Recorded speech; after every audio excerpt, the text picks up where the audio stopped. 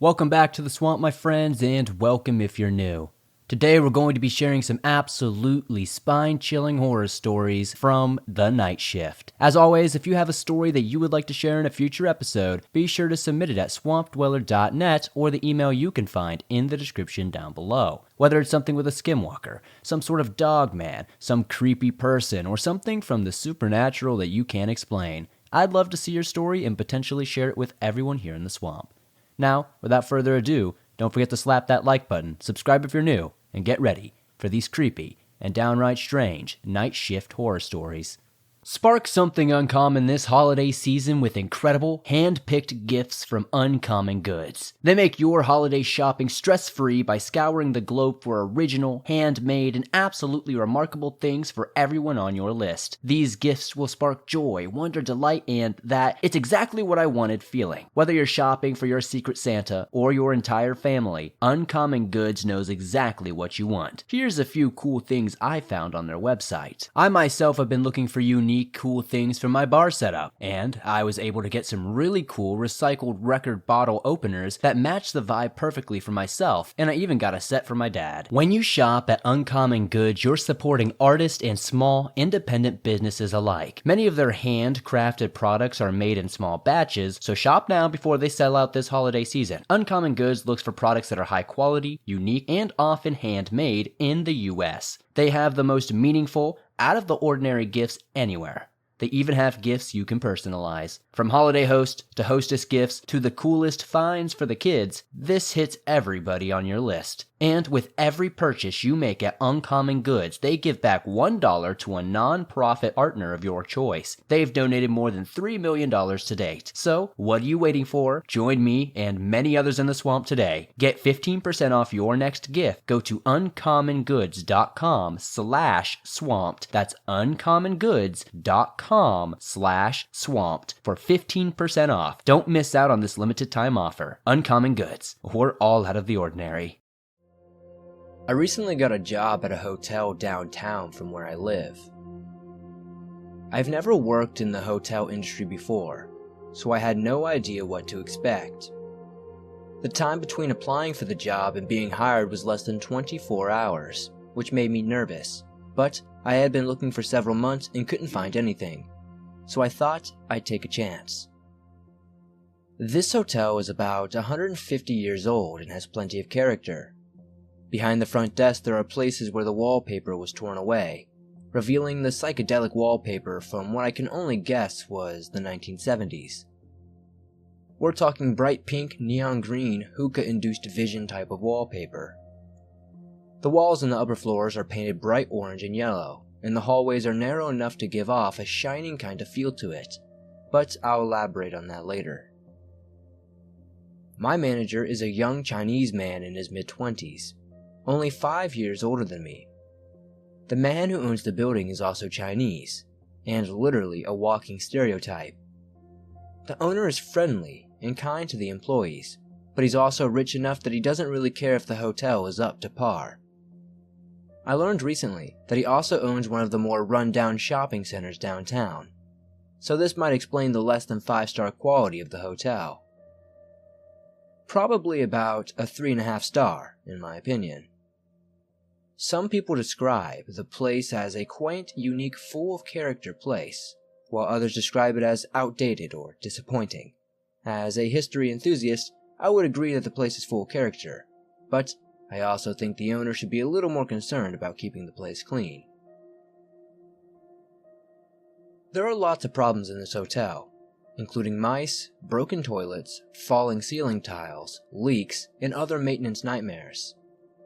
The fancier rooms on the upper floors have real fireplaces in them, so that adds the risk of fires at the hand of careless guests. Mice are a common problem, and I'm thankful that guests don't have to see all the dusty traps filled with dead rodents in the basement. But by far, the most interesting aspect of the hotel is that it's supposed to be haunted. There are 2 ghosts that have been reported in the building, as well as the adjoining pub next door. Back when the hotel was first built, it had the reputation of being a complete dive. A lady now named Lady Churchill died in the hotel, and her spirit supposedly lingers in the haunted room 49. Guests will occasionally smell her perfume, or see her face in the mirror. One of the most frightening stories included someone opening the door only to have the Lady Churchill fly at them in fury. On my first day, when my boss toured me around the hotel, he pointed out the haunted room to me. Lady Churchill was also spotted at the fireplace in the pub arguing with her boyfriend, the other resident ghost, Brady. Brady was stabbed to death on a basement stairwell. The stairwell is not in use anymore, as it leads from the street directly into the basement. Instead, it's used to store extra chairs and miscellaneous items. The light is never turned on, which adds more of a creep factor. My shift is the night shift, from 7 p.m. to 3 a.m. Every evening when I come in, I have to check the entire hotel by myself in search of homeless people sleeping in the back stairwell or trying to get in through the basement. I'm not an intimidating person. I'm a short female, not physically fit, and too friendly for my own good. If I did find somebody hiding in the hotel, what was I supposed to do about it? I'm not sure which creeps me out more. The fact that I'm going around looking for people who shouldn't be there, or the idea that I have to walk through dark and silent areas known to be haunted all by myself. My sweep of the hotel includes all 4 floors of guest rooms, the kitchen, the back stairwell, the basement stairwell, and the basement.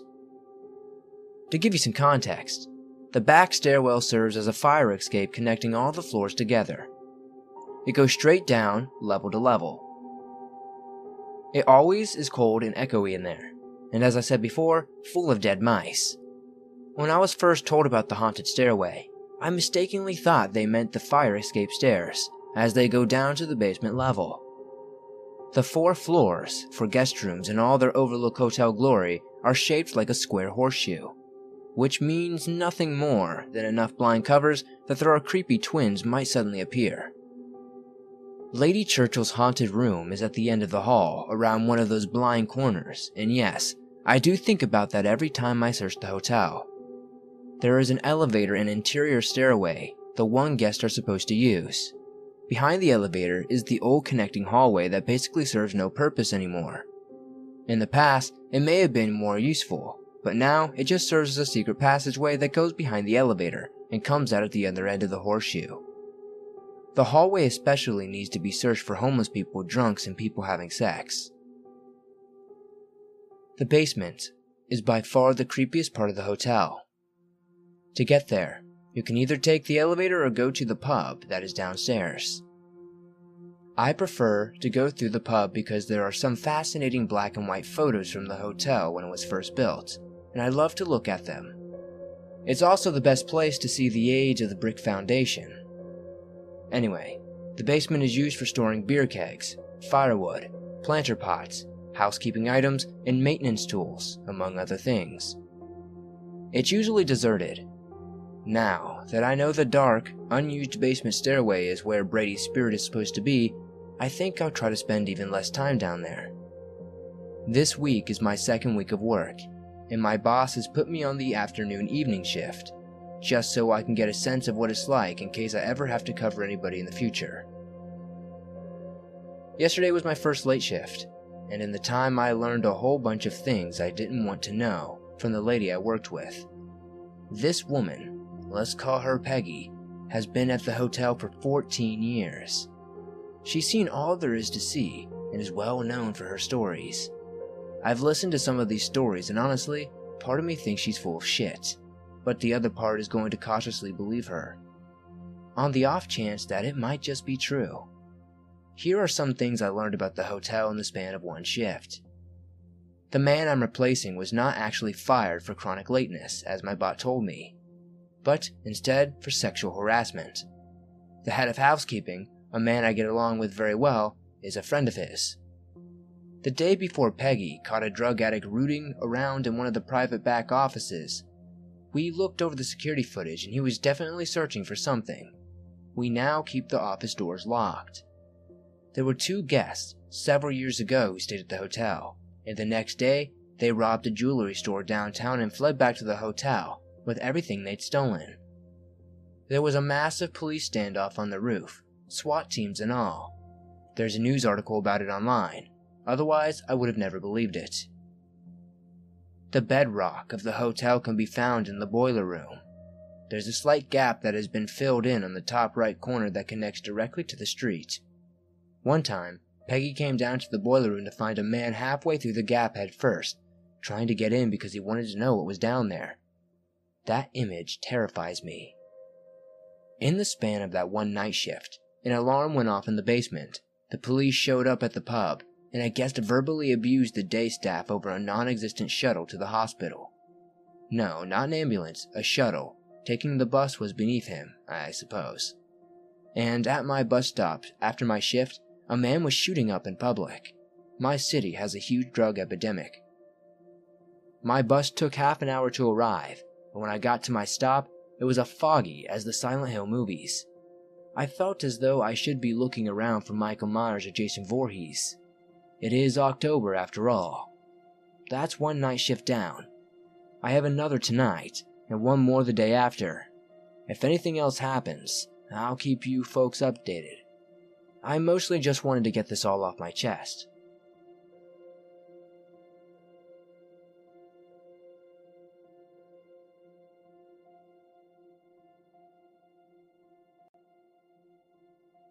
I'm 27 years old, a male. I live in the UK with my fiance, and I'm currently working as a teaching assistant for teenagers with special educational needs in a school not far from Bradgate Park in Leicestershire. I have worked in a number of schools and children's homes now, and these buildings, especially the children's homes, are usually old, renovated houses or halls.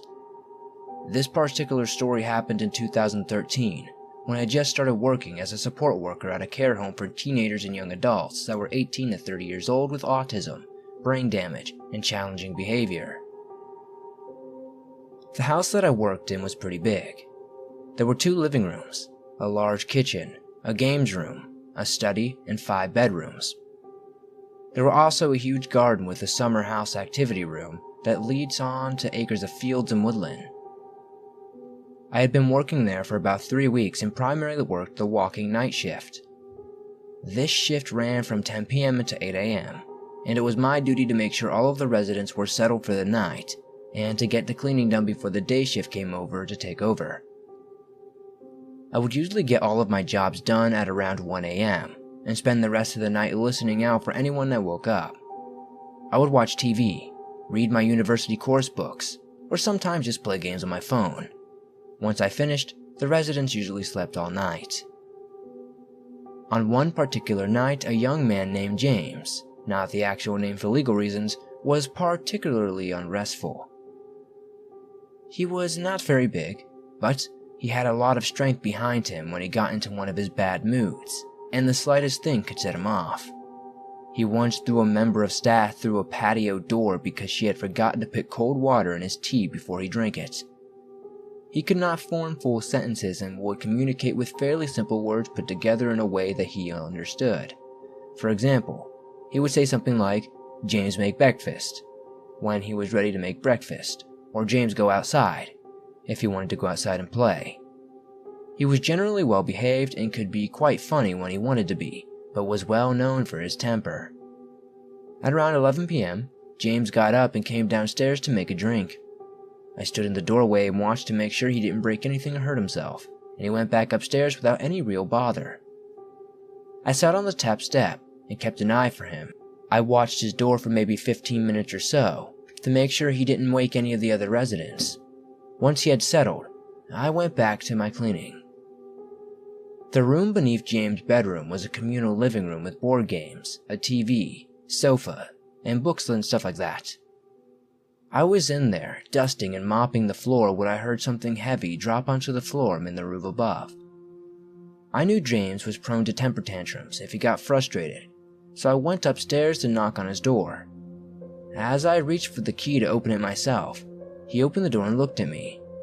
He seemed perfectly calm, and his eyes looked almost half shut like he had been asleep. I asked if he was okay, and he said yes and put his thumbs up.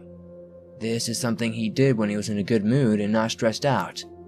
So I left him to it and told him to be careful, thinking that he had knocked something over. An hour or so passed by, and now I was in the kitchen cleaning the sink. I heard another bang above me. Again, like something had been dropped. This time I realized the room above the kitchen was currently empty. The house was set up to house 5 residents, but there were only currently 4, and the room above was the spare. I immediately went to check it out, but the room was empty. I stood there for a while, and as far as I could tell, everyone was asleep. Due to the nature of their conditions and behaviors, each resident has an alarm fitted to their door that is deactivated and activated periodically through the day and night. At night, it's activated, so if anyone leaves their room, a small receiver box that the night staff carry around will make a noise, and the light will blink for a few seconds to indicate which door had been opened, numbered 1 through 5. The alarm had not gone off, so I knew the noise was not from any of the residents.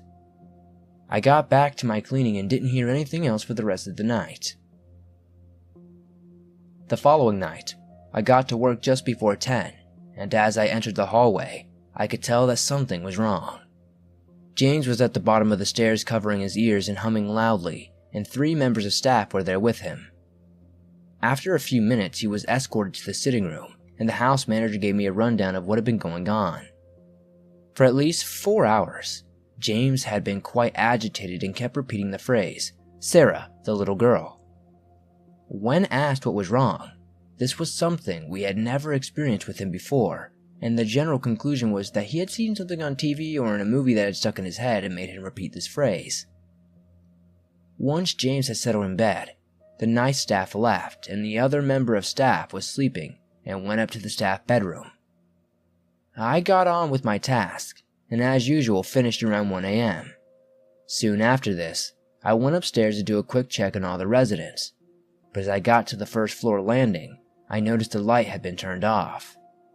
There were 2 small corridors leading to the bedrooms on the left and right side hands of the staircase. James's room was on the left and the light switch was just on the outside of his room. I turned the corner to flick the switch, and there in the darkness, in complete silence, was James. He was stood in the corner completely naked with his eyes as wide as he could possibly hold them. I'm a big guy, 6'3" and weigh about 220 pounds, but at that moment, I was really creeped out. I spoke calmly to James and asked what was going on, and for a while, he said nothing at all. Then as I turned the light back on, he let out an ear-piercing scream and started slapping himself around the face. The sleep-in staff woke up at this point and helped me calm the situation and get James back into bed before reassuring the other residents that everything was fine. After that night, I had 4 days off. My shift pattern was 7 days on, 2 days off, followed by 8 days on and 4 days off, and I was relieved that this incident had happened just as my time off began.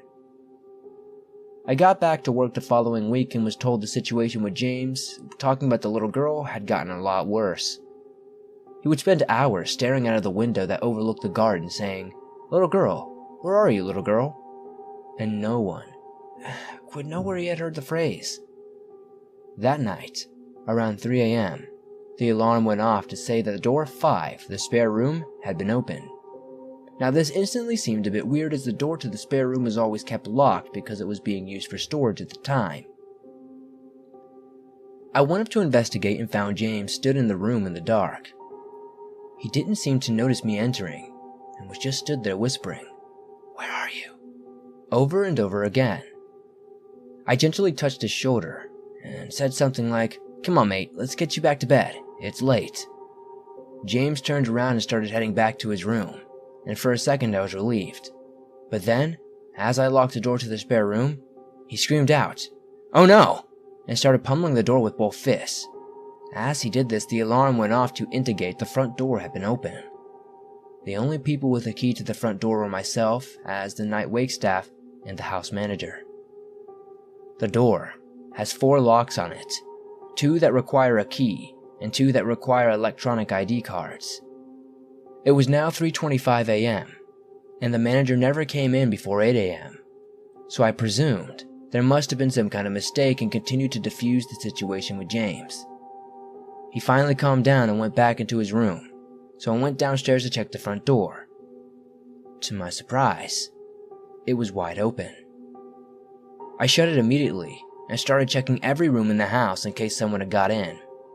I then checked on each of the residents to make sure they were all in the house. Everything was fine. The next night, everything was calm until around 2 a.m. when one of the other residents, Connor, got up and said that someone was tapping on his window. I guessed that he must have been dreaming or something, as his window was on the 3rd floor of the house and was at least 25 feet from the ground. I went back up to his room to reassure him and checked his window. Sure enough, it was shut and the security lock that prevents it from opening wide enough for someone to fit through was still sealed. As he got back into bed, I heard footsteps on the stairs outside of his room. He froze for a second and looked at me with an expression of pure panic on his face. I opened the door to see who it was, but no one was there. He was clearly scared by this and said, "Is he back?" My blood ran cold and I asked, "Is who back? What do you mean?" Connor looked over my shoulder and then sank down into his bed, pulling the duvet up to his mouth. I turned around to see what he was looking at, but there was still no one there. "Tell him to go away," Connor said in a hushed, scared voice. I tried to reassure him that there was no one there and left his bedside lamp on before leaving the room. I went downstairs and sat outside on the patio with a cup of coffee. It was the middle of January and around -2 degrees outside, but I felt like I had to get up and out of the house for a while. After about 40 minutes, I went back inside. I was going to wash my cup in the sink, dry it out, and put it back in the cupboard. Beneath the cupboard was a locked, secure drawer where all the sharp knives are kept until needed. The drawer was open slightly. This was obviously a major issue, as none of the residents were allowed access to the knife drawer without supervision. I counted the knives and realized there was one missing, so I woke up to the sleeping staff, told them the situation, and we began to search. Nearly 2 hours later, we still hadn't found the missing knife, so decided just to keep our guard up and make sure none of the residents were hiding it. 2 hours later, at 5:30 a.m., the alarm sounded. It was the door to the spare room again. I went up to check it out and found that the door was locked. How could the alarm have been activated by the door opening if the door was still locked? I went inside and turned the light on. To this day, I still have no explanation for what I found, and I often think about this incident. The bed had been pushed from its usual place and was against the wall, and the wardrobe doors were open. There were screws and nails all over the floor, but nothing was broken. But the most disturbing part, in the middle of the room, there was a children's doll, a gold bracelet, and the missing knife from the kitchen. The doll was an old-style baby doll. My guess was that it was made in the 1950s from the style of clothes and the overall look of the doll. The bracelet was simple but old-looking. I left everything as it was and reported it to the manager as soon as she arrived. No one ever claimed that the bracelet belonged to them, and it was taken to a charity shop soon after, along with the doll.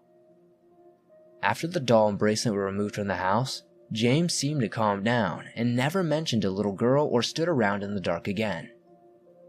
I still don't have an explanation for everything that happened to me, and sometimes think that it was just a combination of strange behavior from a young autistic guy and the fact that the house was old. But on the other hand, a lot of stuff happened that I can't explain logically. My only regret now is that the doll and bracelet are gone and can't be examined or identified. Maybe it was paranormal, who knows, but I work day shifts and do not plan on working night shifts again anytime soon.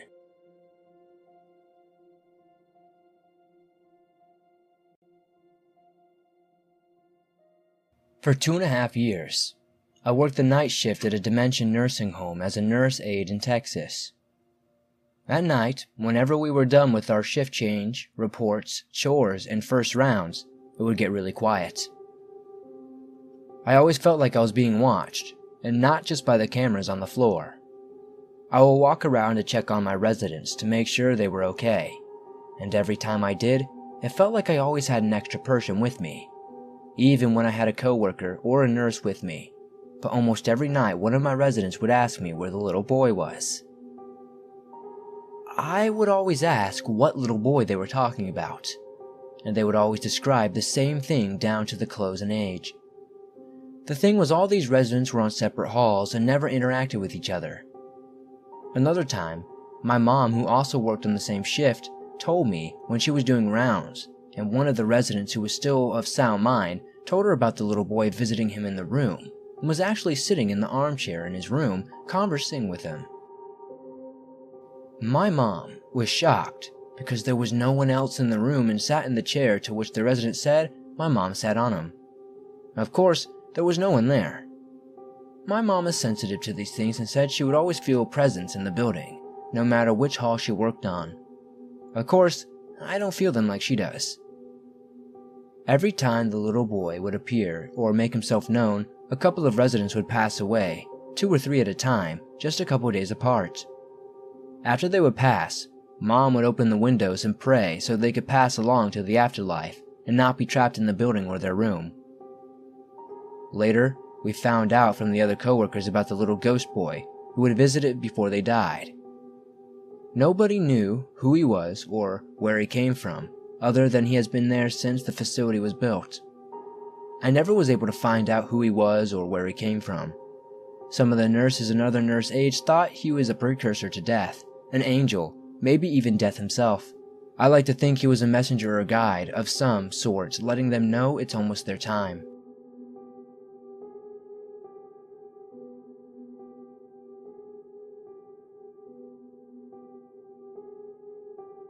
About a month ago, I started a new job doing security at a local community college. Being the new guy, I was pretty much shafted with the night shift right off the bat. Normally, I work from 10 p.m. to 6 a.m. on weekdays, and 6 p.m. to 6 a.m. on the weekends. It's a nice job, good pay, plenty of overtime. The campus doesn't have dorms, and I'm the only one here at night. It gets lonely and very quiet. Watching the security cameras is monotonous, and patrolling the empty dark halls can only be done for so long before boredom really sets in. When I first started, I had the expectation that I'd be given the worst shift, at the worst times. I was right. I was put on the night schedule before I even got to see the place. Really, the place is like this. It used to be an old Catholic academy for girls into the late 60s. It isn't particularly rural, but more suburban. It sits up on a hill overlooking a highway. 5 floors in the new part of the building, 4 floors in the old convent and chapel wings. It was first opened in the 1890s by a religious order of nuns, particularly for young ladies who just wanted to be nuns. It grew out of that until eventually attendance dwindled and it was sold to the state, who in turn converted it to a community college after almost a decade of disrepair. I'm not someone who dabbles in the occult or knows a lot about the supernatural. I mind my own business and try to do my job, but recently, this place has got me in rare form. I don't scare easily now, but just in the short time that I've worked here, I've started to think something's up. The security cameras are typical CCTV cameras, no audio recordings, but in the monitor, I'll hear crackling like static. There's no way to enable or disable audio on the monitor. It comes and goes. I'll hear footsteps, like the leather soles clopping down on the hallways through the security monitor. When I go on patrols in the convent wing, the lockers are typically reserved for the cleaning crew and facility staff. They'll usually be unlocked and wide open. I've seen them open on the cameras, but only my supervisor can play back the footage. Doors that I know I locked during my first patrol will then be unlocked and open on my third patrol. The motion sensors will detect something and turn on when I'm not even on that floor, and when I am, sometimes they won't even react to when I move down the hall. And when I go to what is now the library, which used to be the chapel, I can hear piano music coming from down the hall. So far I've heard the prelude to Carpenter's Te Deum. I used to take piano lessons as a youngster. I don't really drink anymore. I don't do any drugs, prescribed or not, There is no history of mental illness, and this isn't just a one-night thing. I don't know how to tell my supervisor about it without sounding mad or cowardly. I don't even know if I'm posting this in the right area. Only 4 more hours left in my shift anyways.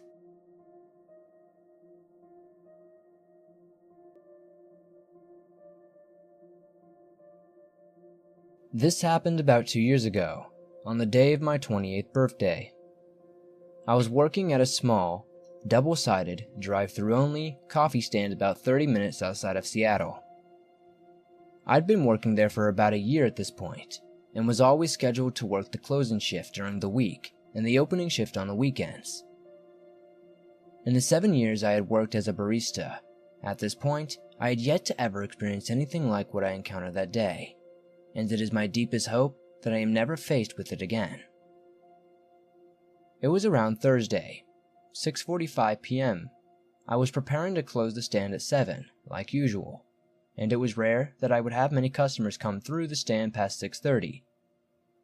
Because of this, I was surprised when I looked up from cleaning the espresso machine to see a walk-up customer waiting at the open window, smiling at me. For safety reasons, I normally refrain from serving walk-up customers after dusk, but because the window on the side of the stand he approached was already open, I was kind of forced to acknowledge him. Reluctantly, I decided to serve him. He introduced himself as Ivan. He was around my age, seemed reasonably well kept in the sense his clothing and overall appearance looked pretty clean, and despite a slight accent, his English was pretty good. His eyes, however, utterly unnerving. His gaze made my stomach feel uneasy. Immediately, my intuition was alerting me that something about this individual was very wrong. Every red flag possible was beginning to show in my mind, and I could not shake the deep, almost overwhelming sense of darkness that I felt coming from this person. There was an evil in him that I couldn't ignore, though I would soon find out exactly why I was feeling this way. After greeting him as politely as I could manage, despite my growing hesitations, I began preparing my machine to make him a drink. However, he didn't seem to know what he wanted to order, and I asked him twice what I could get started for him before I silently recognized the fact that he was very likely not here for the coffee. Eventually, he abandoned ordering altogether, and instead directed our interaction toward small talk. He asked me where I was from, how long I'd been working at this stand, etc. I answered each of these questions with short, abrupt answers, hoping my tone and clear lack of engagement would convey the fact that I wasn't interested in continuing any further conversation. Since he was not a paying customer, and because I was about to close. After a long pause, he asked slowly, "So, do you have a boyfriend?" Annoyed, I replied curtly, "No." At this point, I was completely ready to end our interaction, so I told him that I needed to finish closing up so I could go home. Upon hearing this, he walked away from the window he'd been standing at, mentioning in his descent that he is looking forward to seeing me again very soon.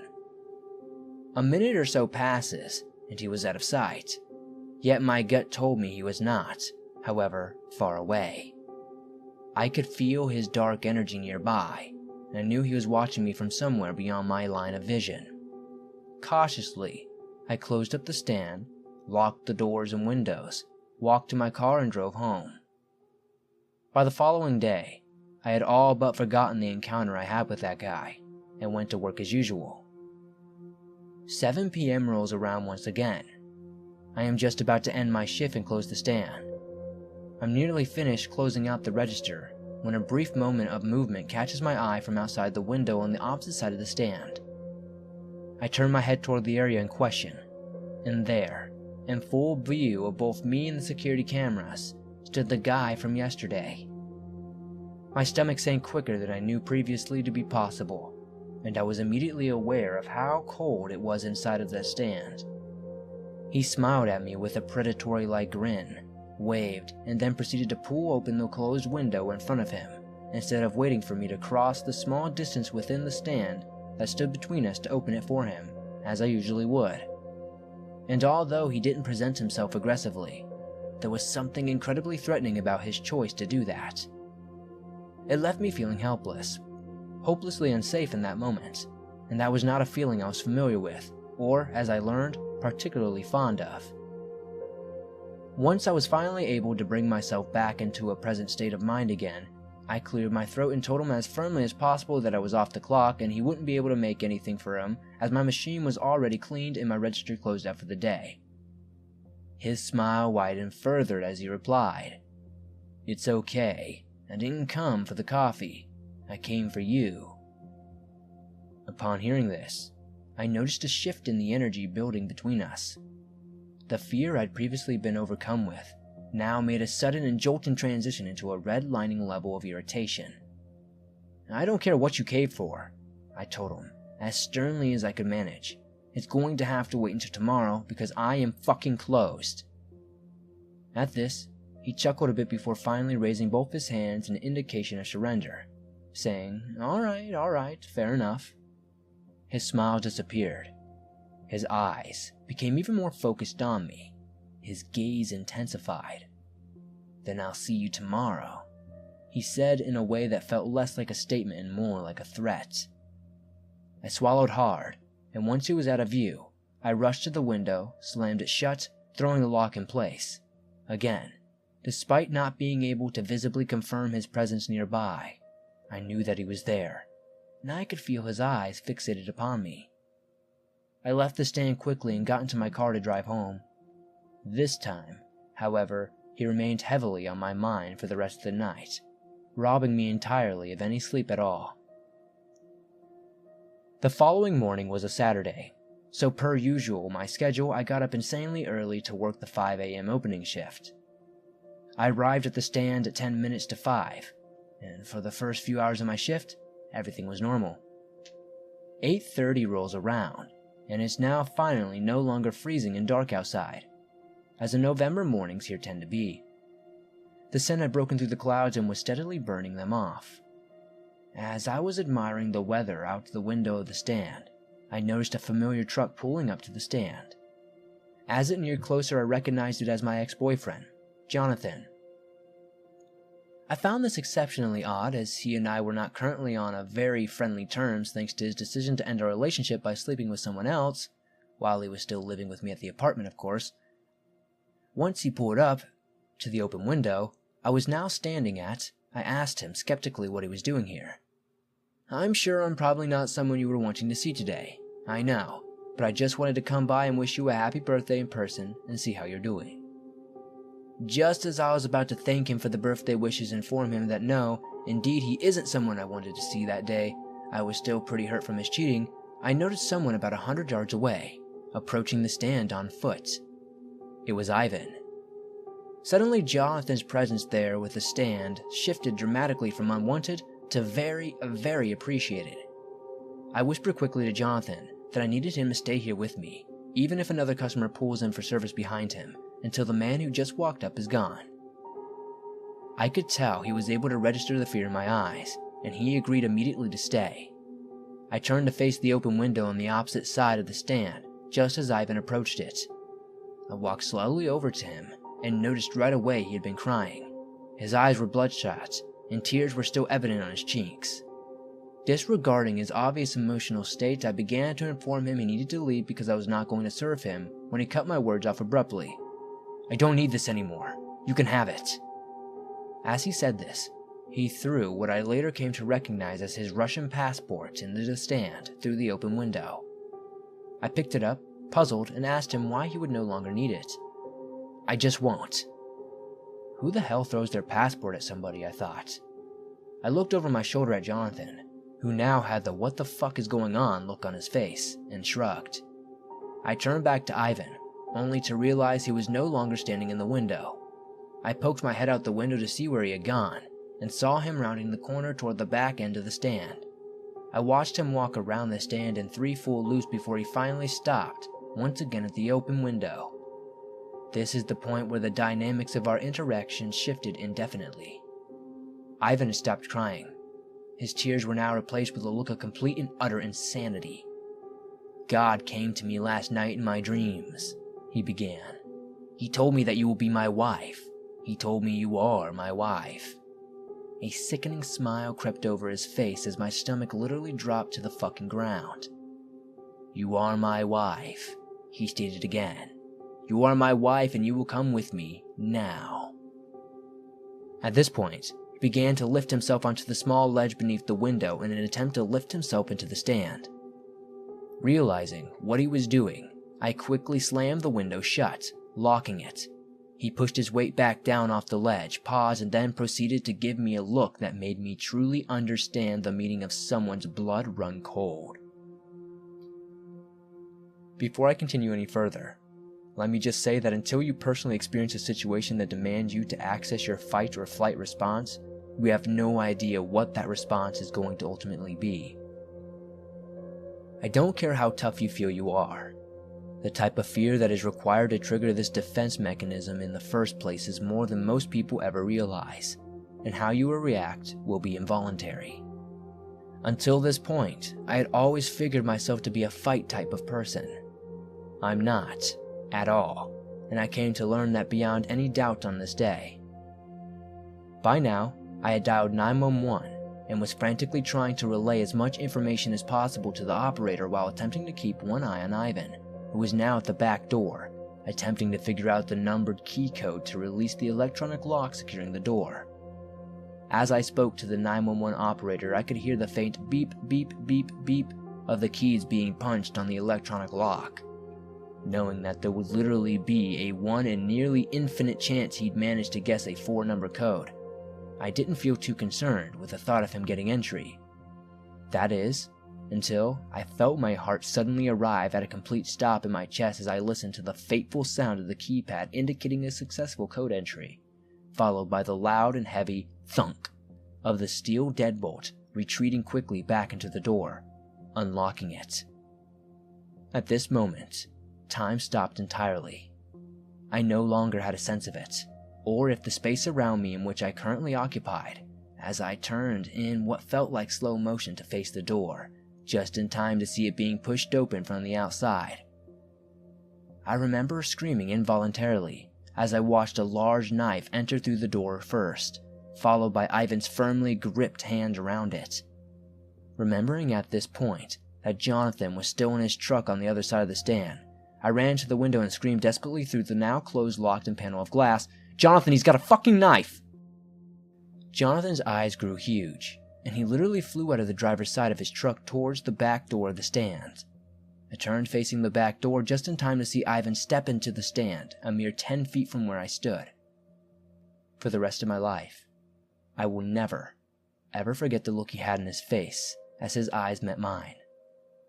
It was clear he knew that I was now helplessly aware of the reality of my situation. He looked intoxicated with the power he knew he held over me at this point.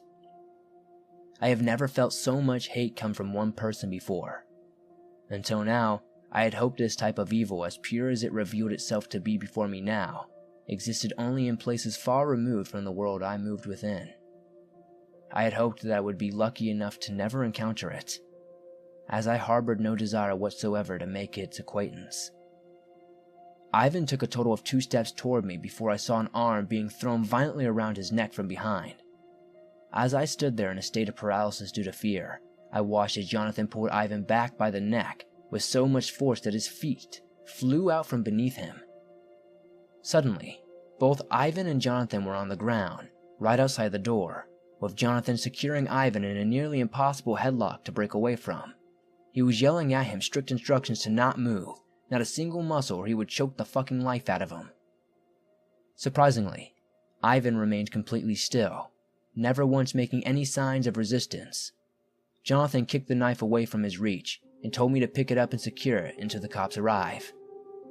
Upon hearing this, I finally remembered I was still on the phone with 911, who had heard what was happening on my end and dispatched every available unit within a 30-mile radius to my location, marking my call in their response system as the highest priority.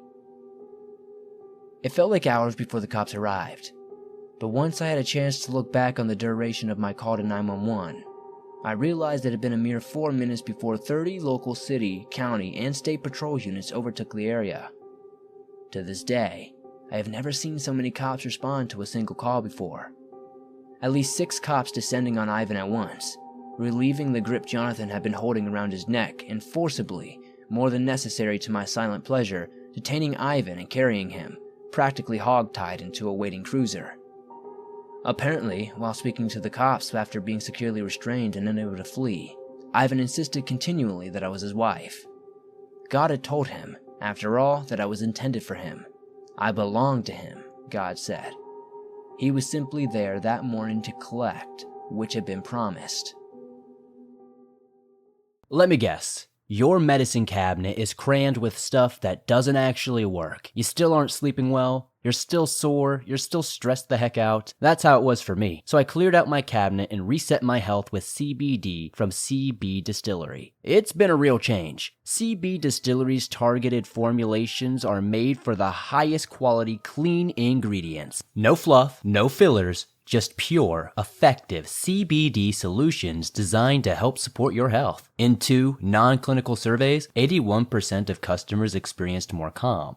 80% said CBD helped with their pain after physical activity, and an impressive 90% said they slept better with CBD.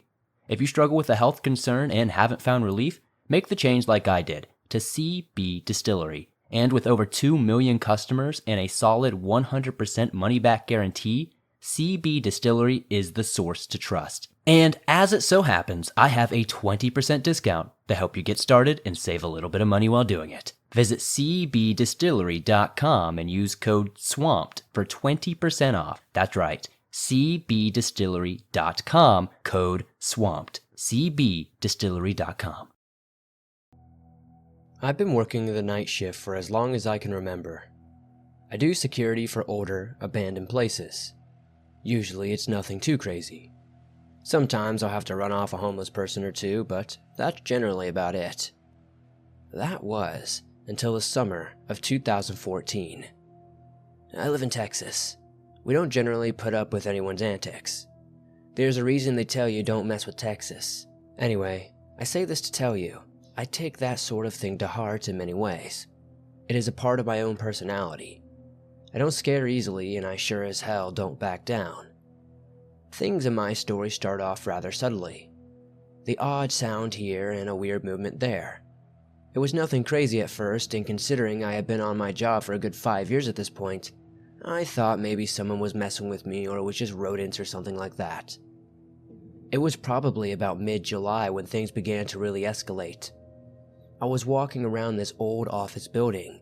The places I watch over were fairly large, and so I didn't often get bored, as while I would take things at my own pace, the places were large enough that truly searching them meant the whole night was over before I knew it.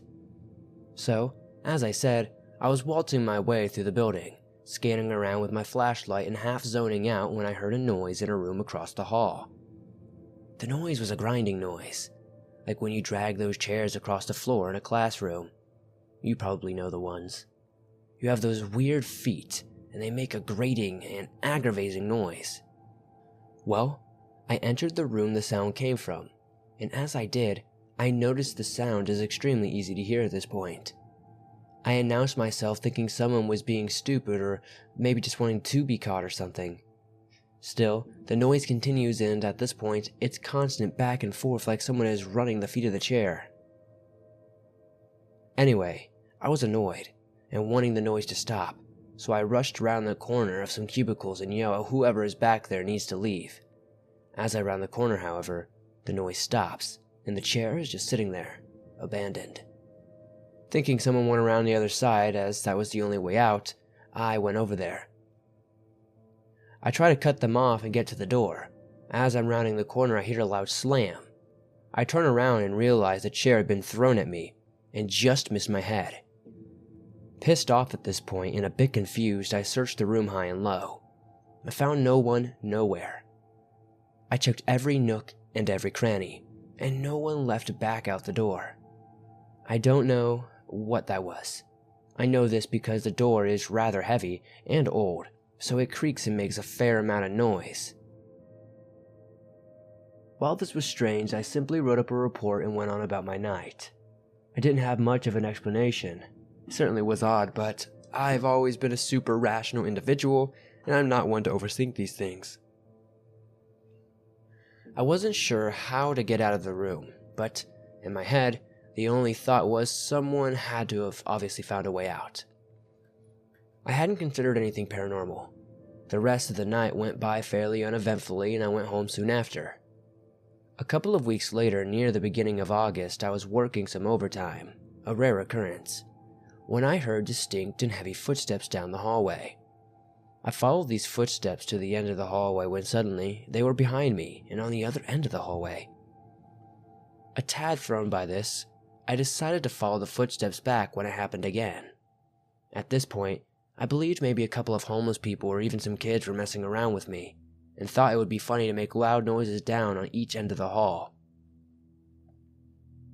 Again, I'm a rational individual, so if it could be explained in some rational way in my head, it was as good as solved. I walk toward the end of the hallway and laugh and call out.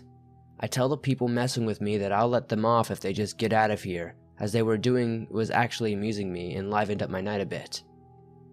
There's silence for a moment, and I'm about to walk off when I hear this ungodly yelling.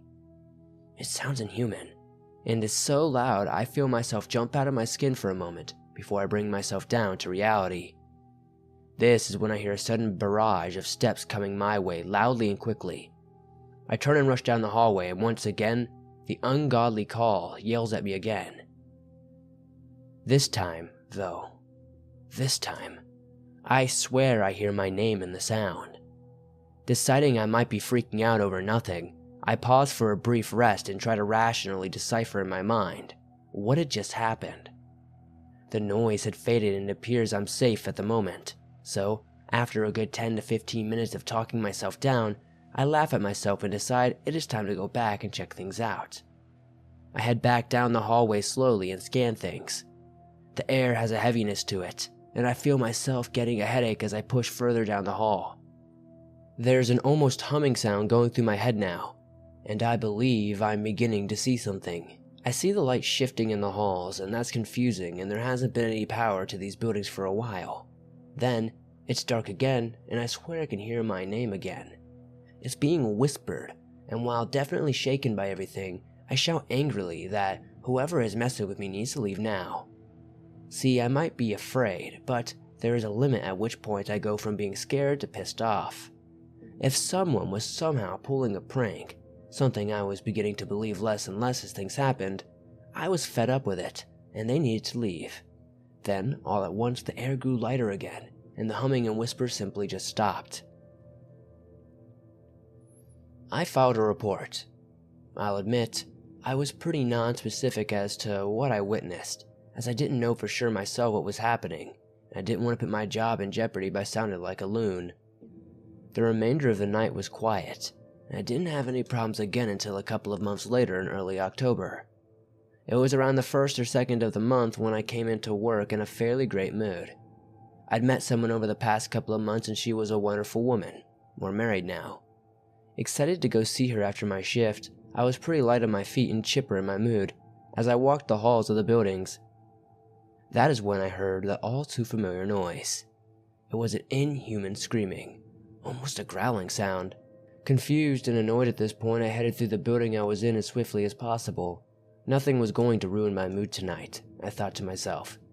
As I'm searching, I hear the sound again, but this time it resonates through the hallway toward me.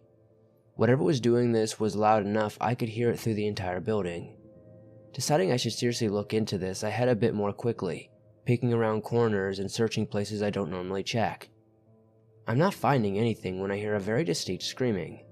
It sounds like a woman. I head toward the sound of that screaming, and that's when I find a trail of blood. I call the cops immediately as I head inside.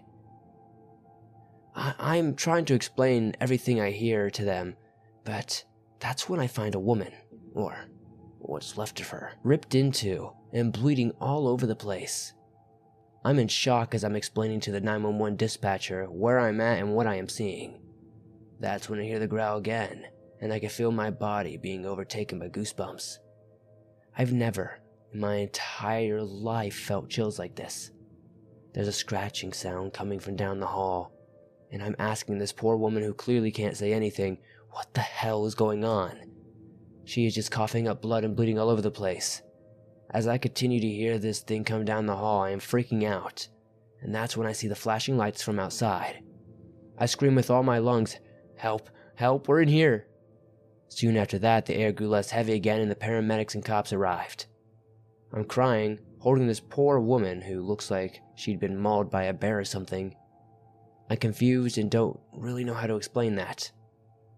I don't know how to explain what I had heard or how this woman was even here, bleeding to death in my arms. I'm taken out, the woman is taken too, and I try my best to explain what I knew.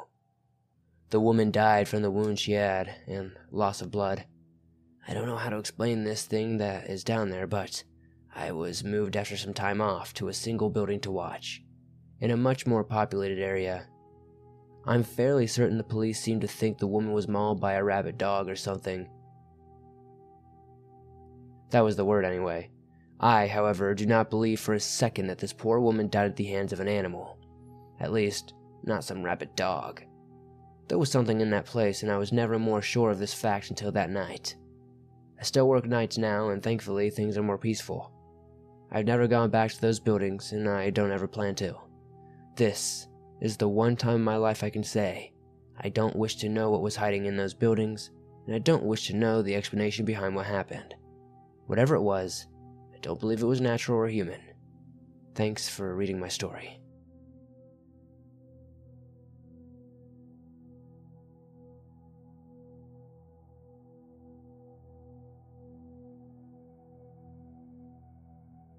You can call me Maddie, as I won't share my real name. I was a 911 dispatch worker on a night shift for my area. I won't share my area as I don't feel comfortable doing so. That said, anyone working 911 dispatch on any shift can tell you it's a tough job. It's very mentally and emotionally taxing, as it's your responsibility to make sure someone get the help they need as soon as possible. But some of the things you hear on the other end of the line, well, they're just horrific. We go through a fair amount of training to deal with these things, and there's always an open door if we need more help dealing with things mentally or emotionally with the trials of the job at hand.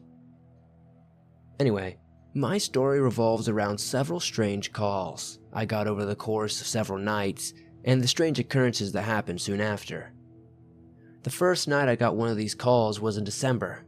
It was during most kids' holiday. One of the first things we ask people to give us when we receive a call is the address that they are at. It's a vitally important bit of information, as unless you are calling from a landline, we don't usually know the specific address you are calling from. This is changing as tech changes, but at the time I was doing this, if you were calling from a cell phone, we could trace within the general area in most cases, but we often couldn't get an exact address. Also, depending on how many cell towers were in the area, if you're in a rural area and you just have poor signal, it can make our job that much harder. Anyway, I get a call and it's a man who simply says, "Help," in a groggy sounding voice, and the line just dies after that. As I said before, if it's a landline, we'd have an address immediately, but this is what makes the call stranger. I have no information appearing at all as to the location of this call. There's generally some form of information, but I can't get anything off of this. Thrown off by this, I inform my supervisor of what just happened. We talk for quite a bit, and she tells me she will look into it if I get another call like this, and just to let her know if it happens again. I'm sure she was worried. Maybe there was something wrong with the system or my equipment. I continue through the night and everything is working smoothly, it seems. At this point, that one strange call has been pushed to the back of my mind and was almost forgotten. At about 6 in the morning, I'm ready to head home. That's when I get the last call of my night. It's that same groggy voice, and it simply says, "Help," before hanging up. Once again, there's no caller information or anything to work with. I talk to my supervisor, who tells me to get home and get some rest, and she'll look into the issue more thoroughly. I go home and crash immediately. The next night I'm back at it again. I asked my supervisor if she ever figured out what was going on with those calls. She explained that she hadn't, but once again, if I got another one, just signal her and she'd come and check it out. I believe she figured it was a prank of some kind. but she wasn't allowed to voice it out loud as we were supposed to take every call seriously, and she seemed to be regardless of what she might have been thinking. It's about 11 at night, and when I get another call, and judging from the lack of data on my computer, I know immediately it's the guy. I signal for my supervisor, who quickly rushes over and answers the call herself. This time there is nothing on the other end. No voice, just breathing. The line then hangs up. Still, there is no information at all.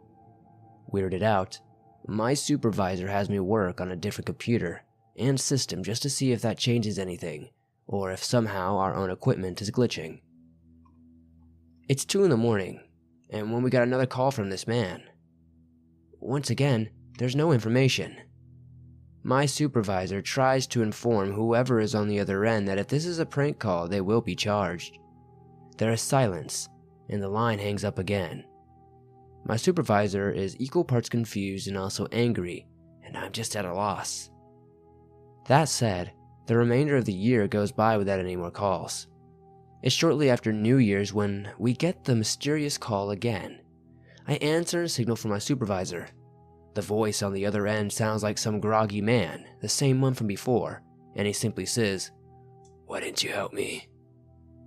This time, the caller ID turns up, and the call, it was coming from inside our own building.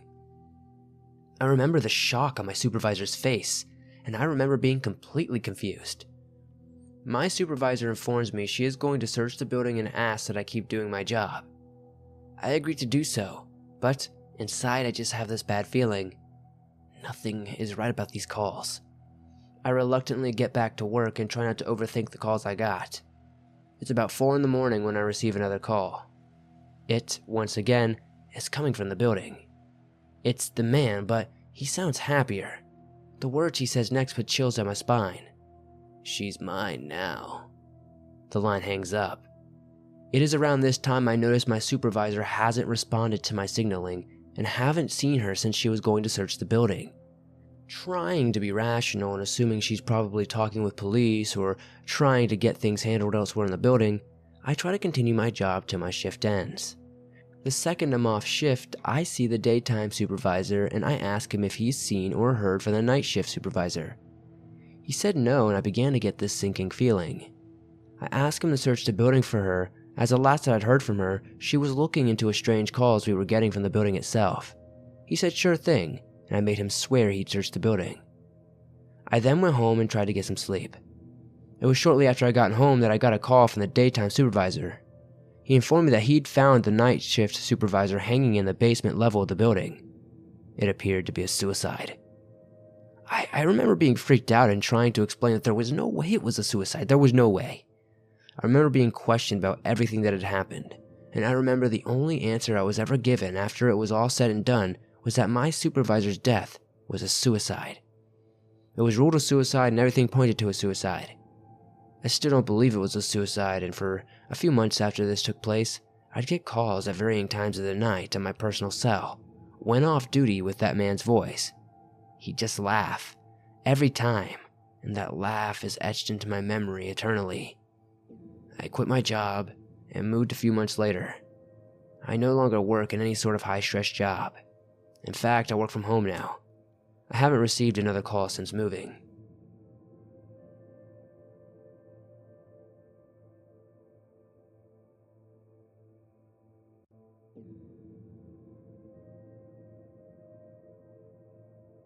I'm a nighttime security guy who watches over a business. I won't identify the business or my employers, as to do so would result in the loss of my job.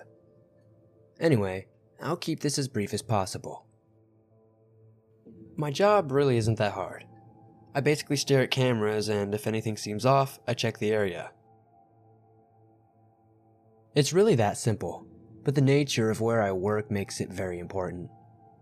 So, I've been at this place for 15 years now, and around my 5th year is when things got really odd. I'm not sure what changed, to be honest. There's no dark history behind the land or the buildings I work in, or anything that should make it obvious things would happen. Still, I was working on a Saturday night roughly 10 years ago when the first of the activity started. It wasn't much. I was working in an office, examining different areas when I saw a door open. It kind of just cracked open like someone had turned the latch and lightly pushed the door ajar. I watched closely as the door shut again, and I saw no one. Fearing a security breach of some sort, I made note of the room and number and floor and headed to check it out. When I arrived, I found the door hovering open. I say hovering open as the door will close if you don't hold it open. It's made to do so, and also to lock behind you as it shuts. I called out, asking if anyone was there, and stated my name and job to them. I received no response, and so I took my flashlight and headed inside the door. Turning the lights on, I didn't see anything out of the ordinary.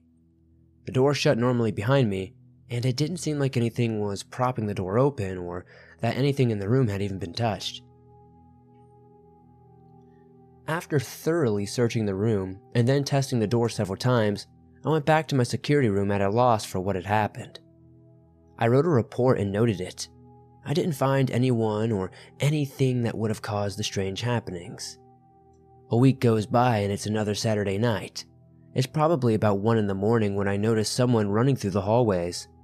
I follow them in the cameras until I notice they are headed my way. Right about the time they hit the camera outside my room, there is a power surge, quickly followed by a pounding on the door. The surge ended, and no one is on any of my cameras. I look outside immediately and search up and down the hallways. I found no one around though. At about 3 in the morning, I head back into my security room. I begin writing up another report and somewhat worried my supervisor is going to think I'm some sort of nut with the reports I'm writing. The remainder of the night is fairly relaxed. I file my report and go home for much needed sleep. About 3 months later, possibly, I'm chilling and doing my job when I hear giggling from outside my door. Okay, I think. Strange, but nothing life-threatening. So I check my cameras.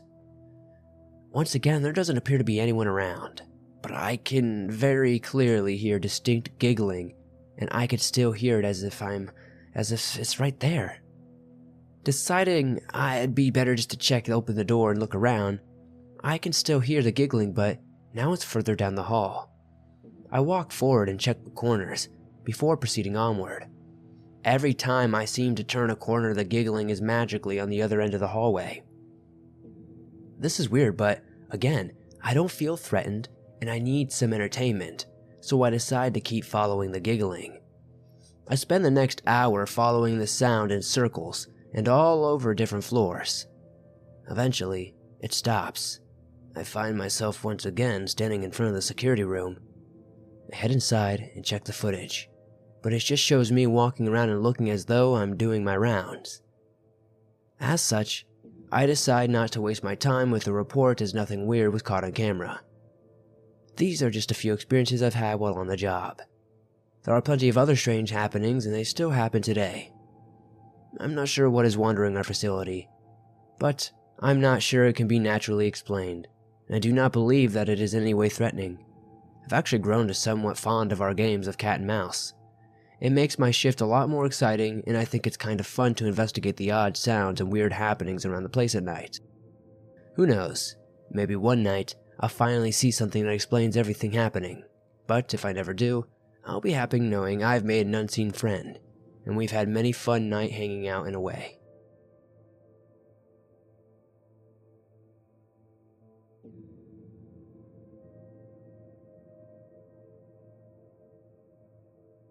My name is Ricky, and I'm a carny. It's a life of travel, and a life I've always loved. Still, nights have another aura about them. Depending on the location, things can get weird, and while my life is generally weird, there are some places I always dread going. My story takes place in the Midwest, a truly scary place indeed. It was fair time, and we would often spend a week here and go and spend another week there. These sorts of things are huge events, and I'm grateful to be able to bring joy to the kids and families who enjoy the rides we build and break down so often. All that aside, this place was something else. It wasn't subtle about it either. The very first night of the fair, and I'm working the Ferris wheel, when I hear this loud screaming. I see some of our crew rush over and check on the screaming. It isn't long before we all understand why the screaming happened. There's a dead kid in the House of Mirrors, heart ripped from their body in big old bloody footprints that seemed to lead to the mirrors, then simply vanish. Needless to say, the fair was shut down quickly the remainder of the night, and the police were very intensely questioning all of us who worked the fair. Not a great opening night to the fair, to say the least. Well, we answer their questions and explain how we are just perplexed as they are. The smug nature of the local police doesn't help the situation either. They are convinced one of our own murdered the kid, and we have every moment now to fess up. After much arguing and no way to prove any of us had anything to do with the murder of this poor child, we are basically blamed for everything by the police in the town. Needless to say, we weren't extremely busy that week. In fact, all the business we got seemed to be from edgy teens who thought going to the murder fair would be exciting. I was messed up, but business is business, and we took what we could get, and all things considered, it was pretty much okay. It was the final night of the quote-unquote murder fair, as we were now dubbed, when some of the teens went into the Hall of Mirrors. There was laughter and shouting which drew our attention at first. I had someone take over my Ferris wheel work, not that anyone was on the thing at the time anyway, and I went into the Hall of Mirrors just to be sure that everything was fine. I just knew they weren't going to be fine. A few seconds after entering, I hear this screaming, and that's when I see the teens come stampeding out. I ask them if they're alright, and they're shaking and saying no. I ask them what happened, and they tell me they saw this female clown inside one of the mirrors. She just stared at them, smiling. The kids were very descriptive about this, and mentioned how her teeth were sharp and covered in blood. I smiled and asked them who came up with the joke. The looks on their faces said it wasn't a joke. I told them I'd go in and check it out, and to stay out of the Hall of Mirrors in the future. I looked high and low and didn't find anything at first. It was about the time I decided to head back that I was confronted with the most grotesque and freaky looking clown I've ever seen in my entire life.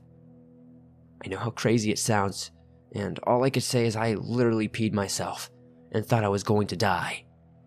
There was this 6 or 7 foot female clown with a big grin on her face, and a large, what looked like knife or something in her hand. She just kept laughing at me before turning and walking off. I was thoroughly confused, and as I attempted to follow her, she turned the corner. The problem being, that corner led to a mirror. I looked in the mirror and saw no one. Freaked out, I marked the mirror before leaving the halls completely. I remember marking a big X on the thing and heading out to talk to the other carnies. Everyone asked if I was okay, and I just told them no, and that in the morning we needed to take the mirror I marked out and destroy the thing and replace the mirror in the next town. I wasn't asked much about it after that, and the first thing we did that morning was destroy the mirror. The next town we hit went smoothly, though word had gotten around about the murder fair, and we did have fewer children present. Our final stop in the Midwest was where things came to a head, so to speak. The business was booming and things were going well. We were having record sales and attendance as people have moved past the whole murder fair being scary and moved into a fascination with the idea. Rumors about the kid who never made it out, and while it was no doubt really messed up, it was the citizens who did this, not us. We didn't market our fair as such. To be honest, we had hoped people would just forget about it. That wasn't going to happen now, though, and it was less likely to happen after this night I'm about to speak of.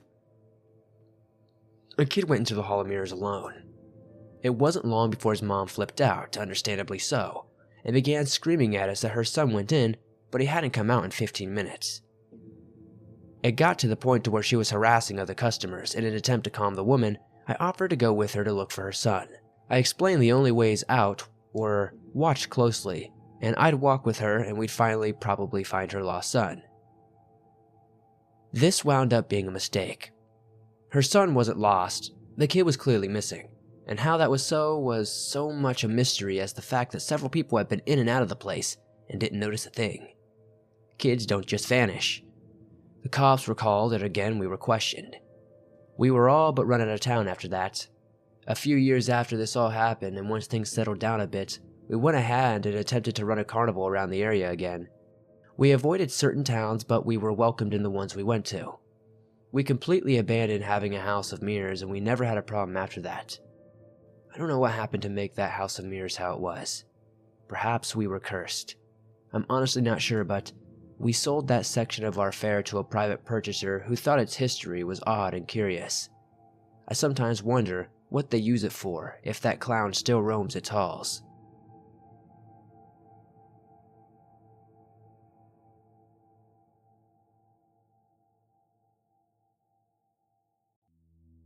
I'm a private eye, and as such I work a lot of late night shifts. People sin the most at night, I always say. It's easier to catch most off guard than to, in my opinion. Now, my work typically takes me all over, but much of my work involves catching cheaters in the act. The kind of thing is generally easy to do and kind of boring. So, to put it frankly, I was more than a little excited when I was asked to look for someone's missing daughter. I was told to be discreet and I was paid up front. I didn't even have to ask, and that's something I generally have to fight with people. Usually, I ask for half immediately to pay the bills and half when the jobs are done. So I guess my alarm bell should have gone off when the client paid all of it up front. No questions asked. Still, I'll admit, I was so relieved by how prompt and upfront they were about the cost that I wasn't about to argue, and I made their case my priority. I was told that the client believed their daughter may have run away. Still, the city is a dangerous place to be running free for anyone, let alone a kid. The girl was supposedly 15, and I figured I'd start my search asking around the city through my contacts if they seen the girl. I got a big fat no from most of my contacts. But then I got a message about a girl that had been seen matching this girl's description 30 miles outside of the city. This had me concerned, and after doing some digging, I was eventually led to a farm. Now, I went here after receiving a tip about the girl. Looking back now, though, I wish I hadn't gone there at all. When I first inspected the place, it was by daylight. There were all the usual and expected private property signs, and after thinking on it, I decided I was going to approach the owners of the farm.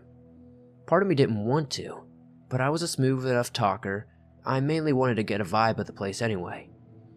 I could have done this on my own, under cover of darkness, but I wanted to make the owners feel comfortable, and no matter the story they gave me, I was going to check the place out anyway later on. I figured, if nothing else, I'd get an idea of the lay of the land. So cautiously I announced myself, and that's when a tall man approached me. He looked to be 6'4" and of stout build. The man spoke to me in a deep voice and basically asked what the hell I was doing near the farm. I explained I was looking for someone and I was wondering if they'd seen her around. After showing a photo of the girl, I got a very firm no. I asked if anyone else lived on the farm and perhaps I could show them the photo. After a very tense silence, the man opened the gate and insisted I come in. I cautiously walked ahead of this guy, being certain I was going to be murdered and never heard from again. As I walked through, I examined the area. It was pretty open, but there was something that caught my attention. It looked like a barn off in the distance. I diverted my attention straight ahead once more to see an old house. We'd walked some distance when two women come out. One was a heavier set one, and the other was quite the opposite. I have nothing against anyone who's overweight, as I have a bit of a belly myself. But the stark contrast was just something I noticed. A shorter man came out and greeted me, and asked what it was I needed. I explained to the man I'd been looking for a young girl that had recently been near the area, and I was wondering if they had seen her. The man took a close look at the photo and said he hadn't, that he was off and busy working the farm, at which point he'd handed the photo to his wife. She shook her head before turning to their daughter and asked if she had seen the girl. She looked closely and shook her head, saying she hadn't, but she'd keep an eye out in case anything was happening around the farm. I then took the photo and told the family thank you, and said I'd be on my way. I even gave them a card to call in the event they saw her. I soon left the farm, escorted by my giant friend on the way out. I quickly drove away after that, but not too far, as I basically took a nap in my car and waited for the night to fall. It wasn't long before my alarm went off and I realized it was 9 at night. I slowly drove my car toward the farm and drove by it as I looked for a decent area to ditch my car. When I found one, I parked my car, shut it off, and ran back to the farm. The vibe of the place was so much different at night. I was sure that this was part of my imagination and the creepy look of the place at night was just me being nervous. Still, I pressed forward, hopping the fence as I did, and was slowly working my way toward the house. There were no lights on and all appeared silent when I approached. I peeked inside the windows and realized there was no activity, and so I looked around the area. Finding nothing in the yard, I examined a nearby shed. At first, all seemed well. But as I dug further, I noticed some photos. The photos were in a bag titled Family. Looking through them, they seemed innocent enough. That said, something didn't sit entirely right with me. The photos were all of women who looked to be in their teens, smiles on their faces, and wearing a strange gown made out of burlap sack. On top of that, the smiles they wore didn't seem entirely genuine. It looked more than a little forced. Examining these photos just showing the girls hanging out and doing farm work and eating watermelon, I attempted to make a call out to the contact after taking a photo of the photos. I was hoping to see if any of these girls were missing. Naturally, I had no signal out there though, and so I left the shed quietly and headed down the lane toward the fence and back to my car. Once there, I sent a text to one of my friends and asked about these girls. The person said they'd do some digging and get back to me, so I waited for a bit and eventually was told none of them had been missing. Confused, I told them thank you and decided I'd get something to eat and get some sleep as daylight was fast approaching and I wouldn't be able to get anything done then. The day came and went, and I was awoken by my alarm at about 7. There was still light out, but I wanted to get some food in me and get ready for a second night out, searching the premises. At 10, I headed back onto the farm.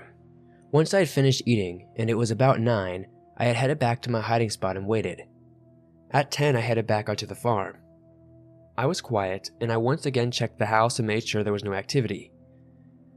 After I realized everything was quiet, I decided I wanted to check the barn in the distance. The area was open, and I couldn't help but feel afraid that someone would see me as I approached the barn itself. That was the least of my worries though, as I would soon realize upon approaching the barn was lit up. There were chains all over the doors, and as I peeked through the slit in the doors, I could see another door, partially covered by hay with a padlock and something else on it.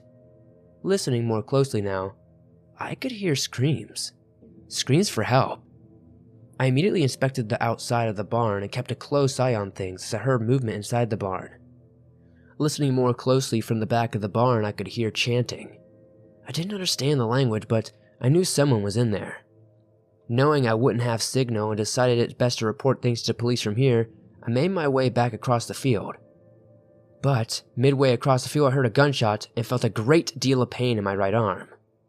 I couldn't help but cry out in pain as it was so sudden and immense. I looked closely at my arm and kept my head quite low this time as I did so. I heard another shot fire off and I felt a bullet whiz through my hair and narrowly miss my skull. I then heard an all too familiar loud voice shouting expletives and telling me I'm trespassing on private property. Out of options and unsure what to do, I called out stating who I was and informing them that if I wasn't out here in the next few minutes, the police would be raiding the place. This was a desperate lie, and the reality sank in all too quickly that I might not make it out of this place alive when the voice came back laughing and telling me they enjoyed the taste of bacon. It was at this moment I knew I was out of options and was screwed, if I didn't start moving, and fast. I got up and ran, keeping no straight lines or particular patterns. I kept thinking I'd likely be dead any second, but as I made it to the fence and threw myself over, there wasn't another shot fired at all.